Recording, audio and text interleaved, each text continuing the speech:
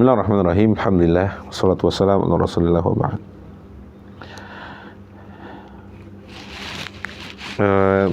Kaum muslimin Allah, sahabat asli, hari ini banyak juga orang yang berlomba-lomba mencitrakan dirinya agar supaya terlihat oleh mata-mata manusia itu sebagai orang yang mulia. Hari ini kita hidup di banyak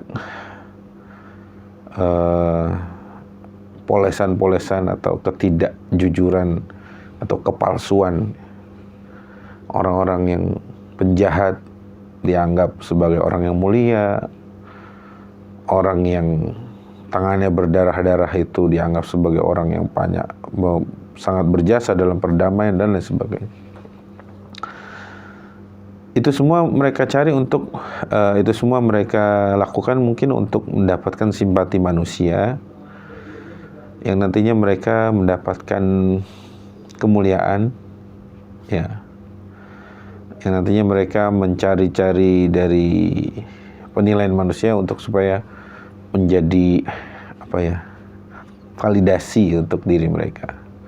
Padahal yang maha memuliakan dan menghinakan itu Allah.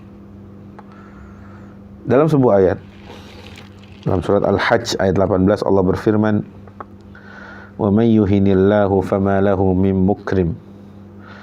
Dan barang siapa yang Allah hinakan, maka tidak ada baginya orang yang mampu memuliakan. Nah, di sini teman-teman, artinya kalau kita mencari kemuliaan, carilah dari sisi Allah. Carilah hal-hal yang membuat kita mulia di sisi Allah. Apa itu? Ya banyak sekali, tentang meningkatkan ketakwaan, beramal saleh. Ya. Karena di sini Allah yang maha menghinakan dan Allah yang maha memuliakan hamba-hambanya.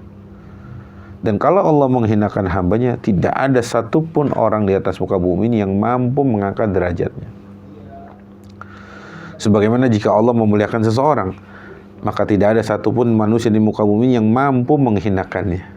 Kita tinggal pilih, kita mau menjadi orang-orang yang berada di barisan yang dimuliakan Allah, atau menjadi orang-orang yang berada di barisan orang-orang yang dihinakan oleh Allah. Ya tinggal kita pilih jalannya, mana jalan kemuliaan, mana jalan kehinaan.